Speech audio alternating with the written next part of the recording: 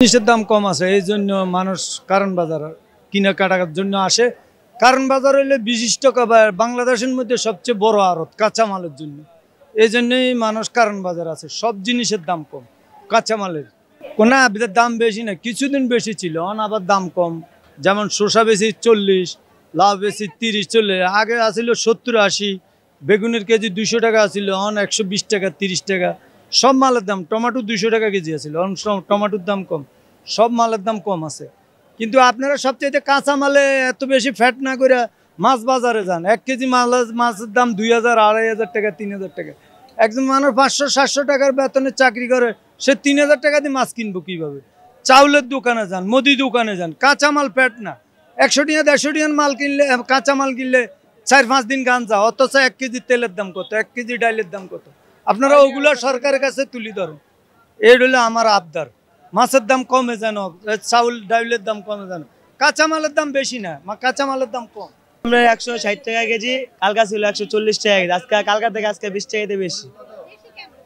বেশি ধরেন আমদামি কম, তো তার কারণে একটু দাম একটু বেশি। আমদামি বাইরে গেলে আবার দাম কমবো, 100 টাকা 80 টাকা হবে।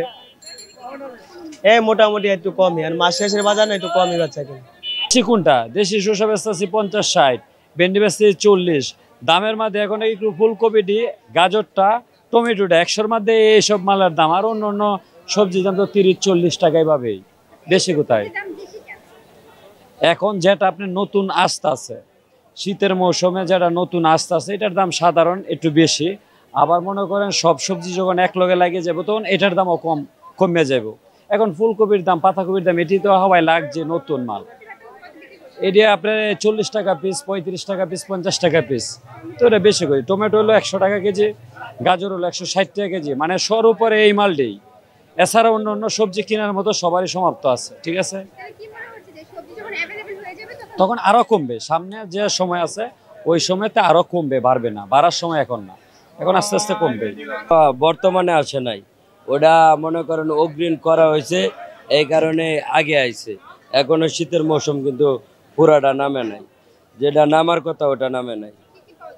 এখন ফুলকপি পাওয়া যায়, বাঁধাকপি পাওয়া যায়, সর্বক্ষণেই পাওয়া যায় ফুলকপি, বাঁধাকপি, তারপর টমেটো, কাঁচা টমেটো, পাকা টমেটো, দেশিটা।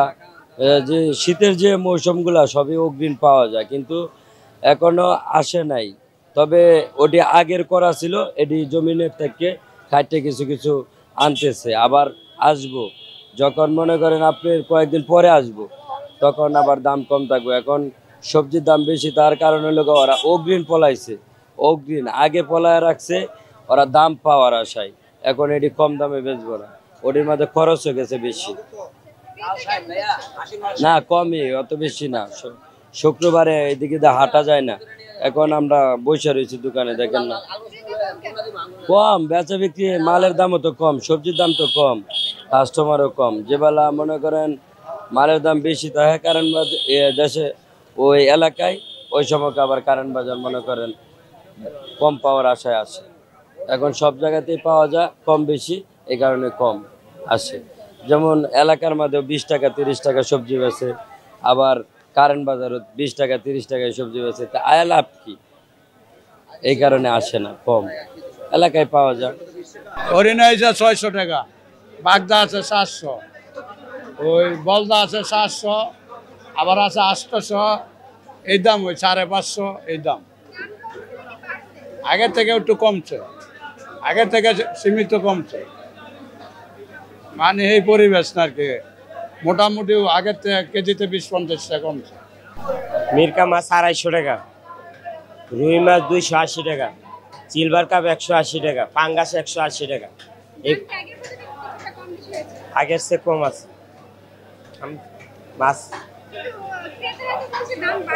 এর দাম বাড়ছে। আগে গেছে সপ্তাহে বেচছি 300 টাকা, এবার বেচছি 280 টাকা। পাঙ্গাসে 180 টাকা, 2.5 কেজি 3 কেজি সাইজের মাছ। ও ভাই 750 টাকা রেট দেওয়া আছে, কিন্তু 720 টাকা 30 টাকা এরকম বিক্রি করতেছে। আবার কয়েক সময় নাই, এই ধরুন 700 টাকা বিক্রি করতেছে। বেচা বিক্রি অনেক কম, অনেক কম, কাস্টমারই নাই, বুঝছেন। সবারই তো একই অবস্থা, বুঝেন না। দেশের পরিস্থিতি ভালো হইলে নাই, মানুষের ইনকাম থাকলে সবাই কম বেশি কিনে বেচা করে খায়। আমরা নিজেরাই তো মাসে দেখা গেলে 1 কেজি গোস খেতে পাই না, এমন অবস্থা। কিন্তু গরুর যে দাম অন্তত 700 টাকার উপরে আমাকে গরুটা কিনা থাকে, বুঝছেন। তারপরে আমাদের লসে বেচতে আছি বর্তমানে গরুর মাংস, বুঝছেন, অনেক দাম কম, আগের থেকে কিছুটা কম। আগে ছিল ধরো বলা ছিল 200 টাকা, 190 টাকা, অনেক কমছে না, 170 টাকা 60 টাকা এরকম বিক্রি হতেছে। কম